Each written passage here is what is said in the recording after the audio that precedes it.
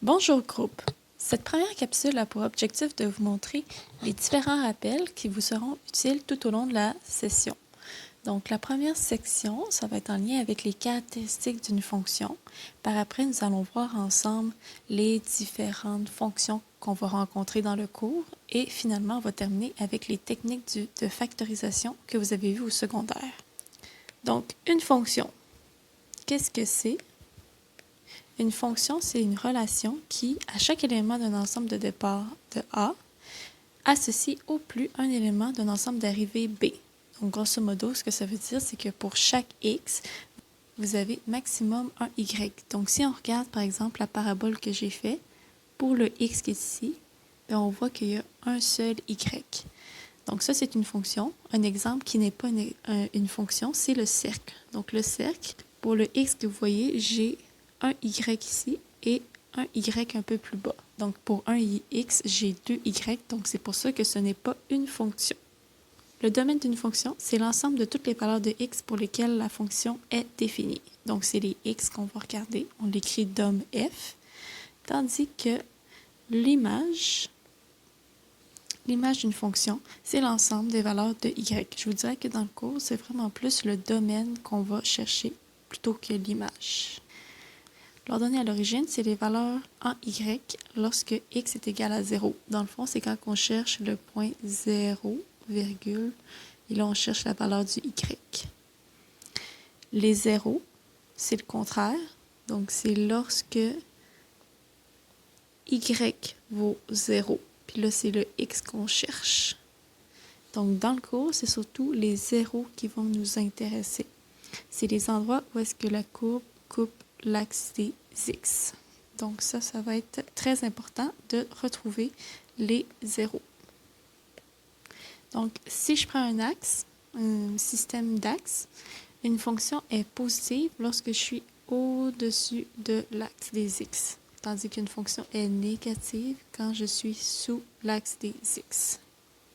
Bon, alors pour pratiquer un peu ces informations, on a l'exemple 1. Donc, à l'aide du graphique, trouver les renseignements demandés. Donc, on va commencer par le domaine. Donc, on va regarder le domaine à quoi il va ressembler. Donc, si je regarde ici les valeurs de X pour lesquelles la fonction existe. Donc, ici, on voit que la fonction n'a aucune valeur à moins 8. Donc, si je prends moins 8, là, j'ai aucune courbe. Donc, c'est sûr que c'est à moins 7 que je vais commencer. Puis là, comme j'ai un point vide, bien dans le fond, la valeur de moins 7 va être exclue du domaine. Par la suite, bien, on va regarder les valeurs de x. Moins 6, j'ai un point. Moins 5, j'ai un point.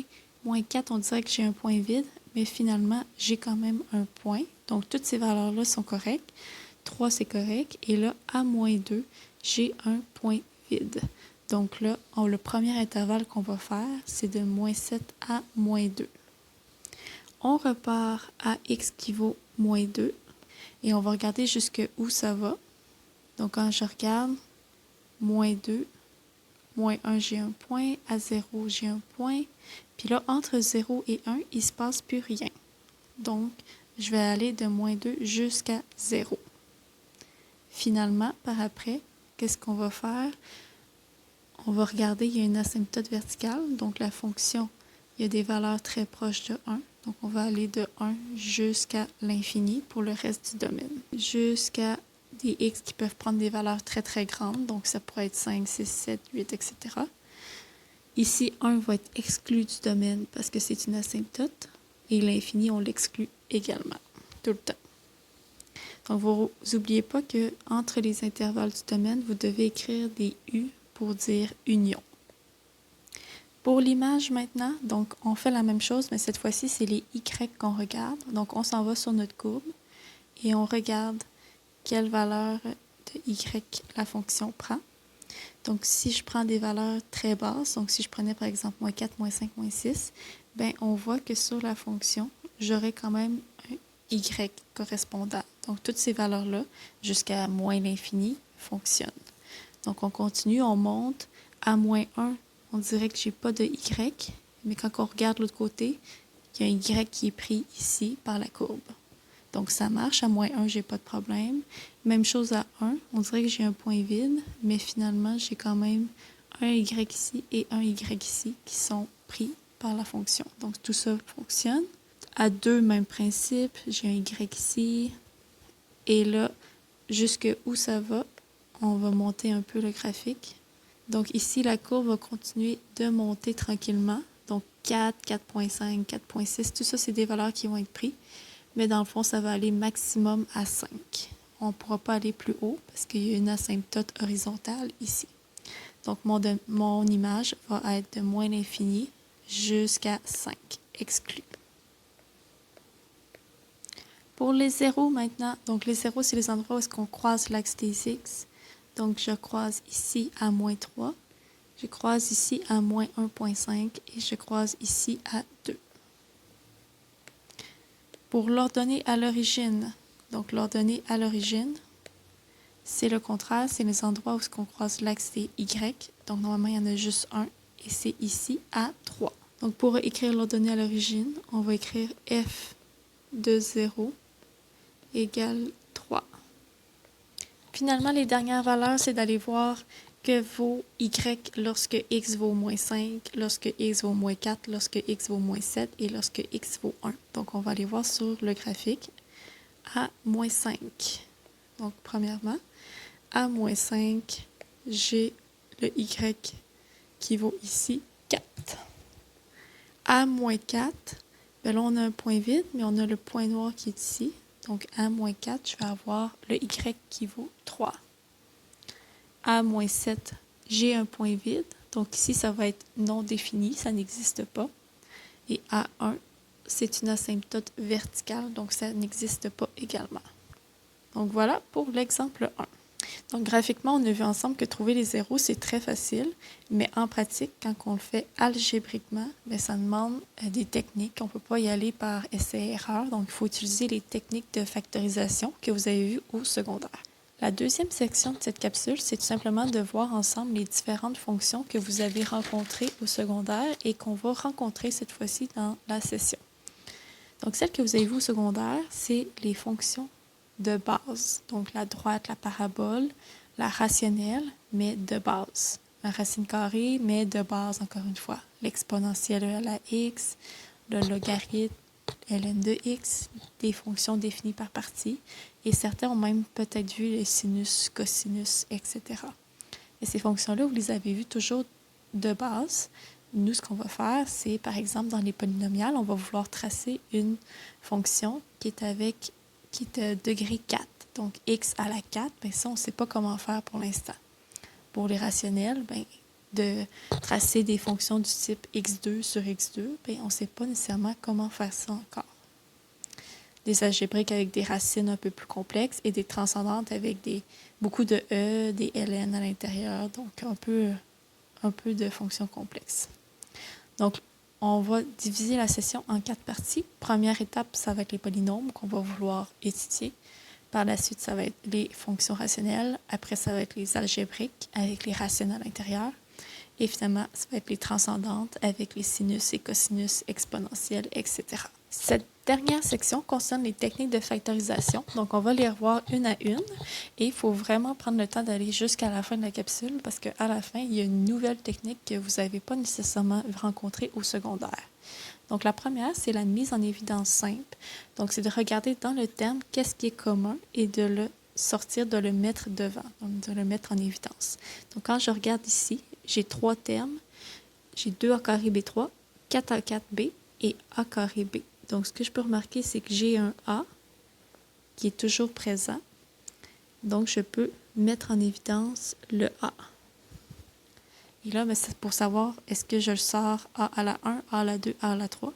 C'est toujours le plus petit exposant qu'on retrouve. Donc, 2, 4, 2. Donc, ça va être a.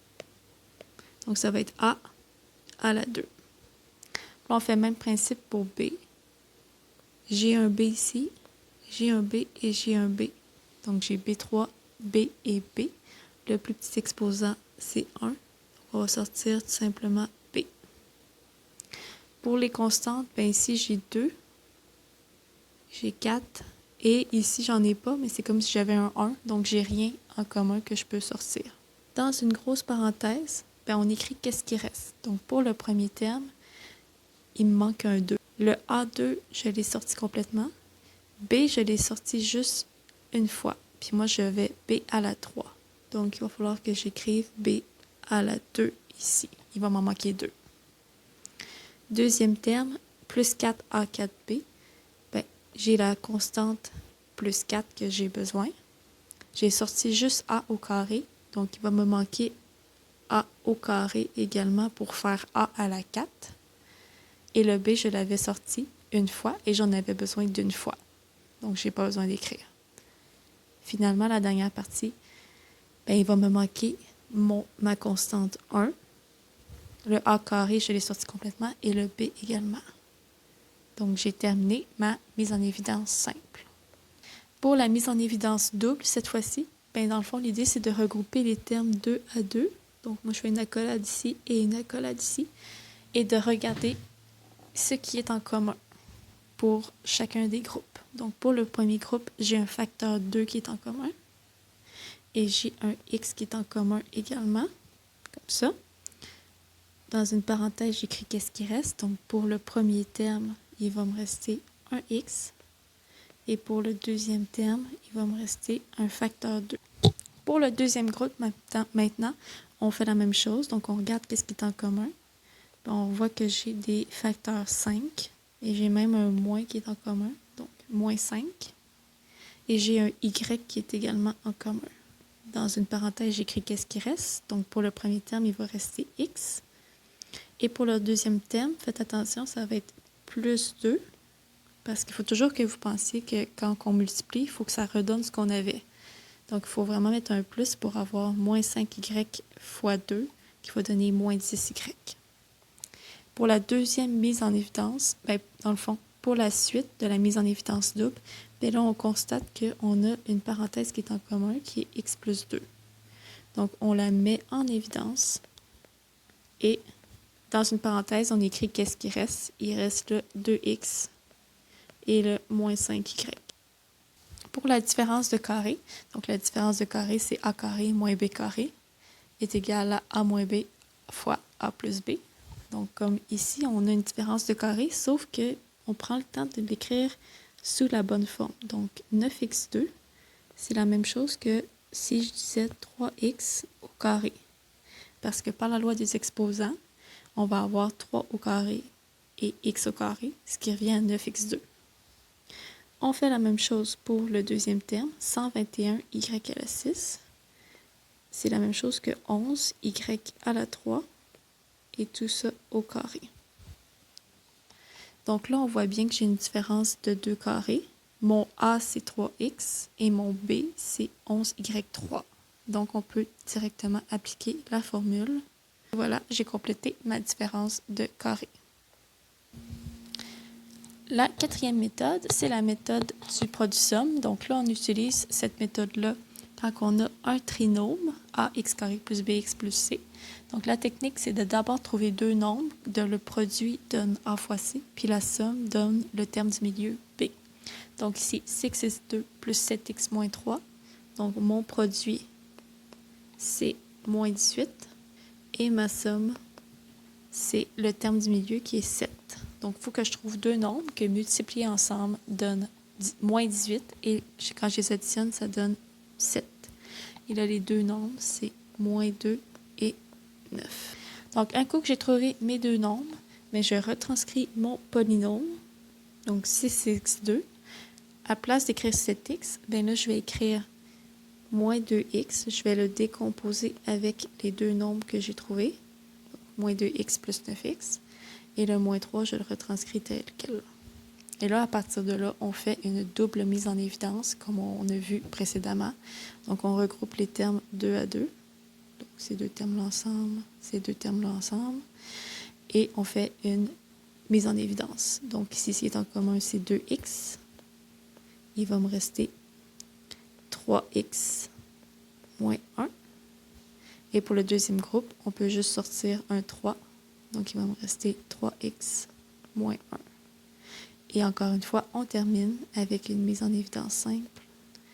Il y a un cas particulier avec le produit somme qu'on peut aller vraiment rapidement, c'est lorsque le A vaut 1. Donc ici, quand j'ai rien en avant, ben on fait le même principe. On fait le produit donne 1 fois moins 66. Donc le produit doit donner moins 66 et la somme doit donner moins 5. Donc on cherche deux nombres et en cherchant, on trouve moins 11 et 6. Donc vu que vous avez un 1 devant le x carré, on peut directement passer à la factorisation, donc aux parenthèses. Donc, tout ce qu'on fait, c'est prendre x et on écrit directement nos valeurs. Donc, x moins 11 et x, vu que c'est 6, ça va être x plus 6. Et voilà, ma factorisation est terminée. Une autre méthode qui peut être utile que vous avez vue au secondaire, c'est la formule quadratique. Donc, si j'ai un trinôme, encore une fois, on peut utiliser la formule quadratique et la factorisation va être celle-ci. Donc, on va commencer par trouver la formule quadratique. Donc, ça, je l'utilise juste vraiment quand ça ne marche pas, le trinôme, la factorisation par le produit somme. Donc, ici, 2x2 plus 5x moins 3. Donc, vous avez votre A, vous avez votre B et vous avez votre C. Donc, on remplace. Donc, ici, je vais avoir mon B, c'est 5. Donc, ça va être moins 5 plus ou moins racine de B carré. Donc, moins 5 au carré. Moins 4 fois A. Le A, c'est 2. Fois C, qui est moins 3. Et tout ça est divisé par 2 fois la valeur de A qui est 2. Et là, quand on fait le calcul, vous arrivez à deux solutions. Donc, le premier x, ça va être une demi. Et le deuxième x, ça va être moins 3. Donc, vous arrivez à deux solutions à cause du plus ou moins ici. La factorisation, c'est simple. On a juste à suivre la règle. Donc, a fois x moins x1. Donc, ça va être 2 fois x moins le 0 que j'ai trouvé, qui est une demi, fois x moins le deuxième 0 que j'ai trouvé, qui est moins 3. Donc, un moins avec un moins, ça va donner un plus. Donc, la dernière technique, qui est la nouvelle technique que vous n'avez probablement pas encore rencontrée, c'est la division polynomiale. Donc, il faut utiliser le théorème de factorisation. Soit f de x un polynôme, si a est un 0. Donc, ça veut dire que quand je le remplace, ça donne 0. Alors, f de x possède le facteur x moins a. À partir de ce facteur, on peut effectuer la division afin de déterminer le reste de la factorisation. Donc, ça a l'air compliqué, mais avec un exemple, on va mieux comprendre qu'est-ce qu'on doit faire. Donc, la première chose, c'est de regarder si je suis capable de le factoriser avec les méthodes usuelles et ça ne marche pas. Vous essayez une double mise en évidence, une mise en évidence simple, mais il n'y a rien à faire, ça ne fonctionne pas. Donc, on va utiliser le théorème de factorisation. Donc, la première étape, c'est de trouver un 0. Donc, il faut que je trouve un nombre que quand je le remplace dedans, ça donne 0. Fait que là, on y va par essai et erreur. Fait que là, vous pouvez essayer 1. Quand je le remplace dedans, 1, moins 5, fait moins 4, moins 2, on est rendu à moins 6, plus 24, ben là, on est loin de 0. Fait que 1, ça ne marche pas. Vous essayez moins 1. Puis là, vous faites le même principe. Donc, on le remplace et on regarde si ça marche. Ça ne marche pas. Donc là, vous faites quelques essais et on trouve finalement que quand je remplace par 3, donc 3 à la 3, moins 5 fois 3 au carré, moins 2 fois 3 plus 24, quand vous le faites sur votre calculatrice, on arrive à 0. Donc, 3, ça marche, ça veut dire que c'est un 0 de la fonction. Donc, si c'est un 0, le théorème me dit que x moins 3, c'est un facteur. Donc, ça veut dire que ici, je connais déjà une partie de la factorisation. X moins 3 fois, il va y avoir une autre parenthèse qu'il va falloir que je trouve. Et pour la trouver, ben c'est ça, il faut faire la division polynomiale. Donc là, je vais ici, je retranscris mon polynôme, et là, on va faire la division polynomiale avec x moins 3. Donc, la division polynomiale, un petit rappel, il faut toujours se débarrasser de ce qui est ici, à l'extrémité. Donc ici, je veux me débarrasser de x à la 3. Donc, il faut que je multiplie par x au carré. X au carré fois x va me donner x à la 3. Il ne faut pas oublier non plus que le x carré va venir multiplier le moins 3.